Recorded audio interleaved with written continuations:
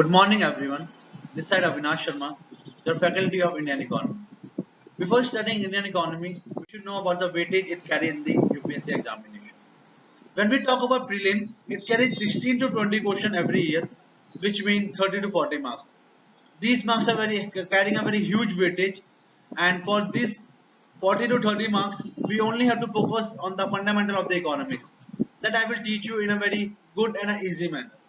When we talk about mains, UPSC have inserted economy in the GS3 paper and it carries 6 to 10 questions every year, in which 6 questions are of 10 marks each and 3 to 4 questions are of 15 marks, which means the overall weightage, if we talk about it, has been 110 to 130 marks the UPSC examination. So we should start with the economics. First, we will talk about the macroeconomics because microeconomics is not useful in the UPSC.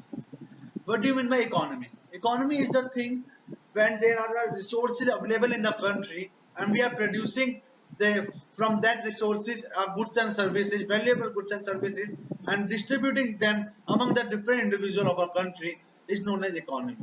Economy is divided into two parts, macroeconomy and a microeconomy. When we talk about the macroeconomy, it deals with the entire nation. Means when a government is doing something for a capital goods or an economy and as well as for the welfare of the people is in a macroeconomy. When we call a microeconomy, it's a firm-oriented economy. That means a private individual that is operating a company is only deal with the profit. Means economy. That is mean by firm-oriented. Now we should start with economy system. There are three type of economy system has been there in our world. First is command economy, which we also call a social economy, in which the entire resources are under the control of state. When there is no resources for the private player, efficiency will always compromise.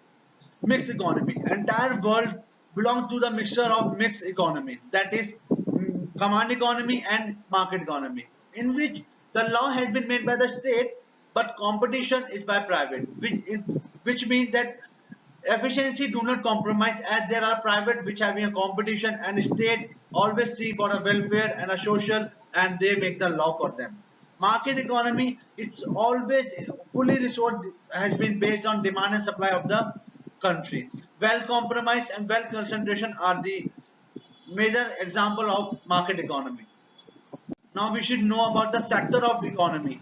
There are four types of sector available in the economy. First is household sector, second is government sector, third private sector, and fourth is export and import. We should now study about each and every sector in a detail. Household sector. When a group of persons who normally live together and take food from a common kitchen constitute to a household. It means we are living in a family and we all are having a food from a same kitchen. We constitute to the household. Household have only expenditure only on the consumption good, which means they do not have any kind of capital goods formation. They only expend on a consumer consumption good. Second is government sector. They spend consumption as well as capital goods.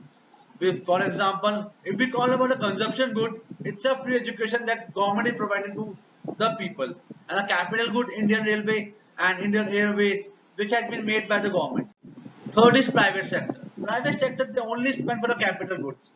When we call about private, they are only look for a profit. They do not think about any welfare. They only look for a profit. And fourth is exports and import. It is a major contributor in a country. We should know about the GDP also. What do you mean by GDP? Gross domestic product. Gross means total, domestic means country, and product means a final year, a final product which has been contributed in a country in a financial year. The total value of a goods and services produced within the domestic boundary of a country in a specific time period, which is financial year. Financial year is started from 1st of April and to the 31st of March of the next year. It's called GDP. Domestic boundary of a country include political frontier, country ship, aircraft operated by Indian residents between two or more countries, embassies, consulates, military establishment located in the other country. This whole has been constituted in the GDP of our country. For calculation of a GDP, there are three methods: product or a value added method, expenditure method, and income method. First, we will talk about product or a value added method. A farmer is growing a wheat. There is no zero input he is putting in a wheat and produces 100 amount. We can say on a rupees 100.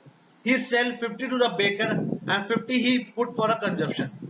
When baker buy from a farmer in 50 rupees, the input of for that will be 50 and value he added is 150. The total in which the baker will sell is 200. So when we calculate the GDP by a product value method or a product method, we can add the product value also, which means 100 or 150 can be added. It also contribute to 250. When we say about 50 or when the product method think that we are selling to a customer, we also go about 250. The product produce GDP is 250. That final value of a wheat product that is selling or final value of a cake that the baker has made is 250, and value addition is value added by the farmer, that is 100 rupees, and value added by the baker, that is 150, is also 250. So we can calculate from a both method, which means value added by the both the farmer and the baker, and the produce they are producing in the country and selling to the consumer or to a baker, we can add it from there also. Second is expenditure method. Expenditure method. Previously, we have studied about the four sectors of our economy: household, private, government, and import and export. Household sector, as I told you, it only expend for consumption good. So we denoted it by C dash. Private sector is spent for capital good, or a capital good or an investment. You can say investment equal to a saving also. When it means that when you have a saving in your account, then only you can invest for anything else. When you don't have saving, you cannot invest for anything. That's why investment is also called as saving. So we denote it by I dash. Government sector. Government sector purchase both and spend on both consumption good as well as on capital good. So we denote it by GX, and import and export we denote it by X. So GDP is C dash plus I dash plus G dash plus X. C dash is the overall consumption of a goods. We denote it by the C, and I imported consumption also, and we denote it by the CM. Similarly, we go for all three sectors: government, private, and household. So it will the IM and G equal to G and minus GM. So CM plus IM plus GM, that the imported consumption that has been going in a country, that imported consumption by the household, imported consumption by the government, and imported consumption by the private, we denote it by M. So when we calculate the C plus I plus G plus X, and we constituting in the formula, so it is given that C minus CM plus I minus IM plus G minus GM plus X. Then we are constituting the C plus I plus G in a one segment and CM plus IM plus GM in another segment. So we get the final formula for the calculation of the GDP by the expenditure method is C plus I plus G plus X minus M. That is import minus export. Now we will talk about income method or a third method, GDP. It basically depends on WIPR. What means by WIPR? It's a factor cost that the company is giving to a factory services. Services are land, revenue, and entrepreneurship, or natural resources they are giving, or a labor. For labor they are giving the wages, so we denote it by W. For entrepreneurship they are getting a profit, so denoted by the P. For natural resources they are getting the rent, that we denoted by the R. And for from the receive the capital deploy from the bank or something, they are getting an interest. So WIP are the basic formula for the income method. Last, calculation of GDP. Calculation of GDP has been done by National Statistical Office. GDP has been calculated on the two method in India: value addition method and expenditure method. Both are used in a different way. For value addition method, we can say department wise, when we use or calculate GDP, we use value addition method. For example, agriculture, service industry, or a sector wise means we have learned about the sector in a last video also: government, private, and household. We constitute GDP by expenditure method. So this is all about the GDP and of the economy. In the next class, we will talk about the national income, GDP, GNP, factor cost. Thank you and have a nice day.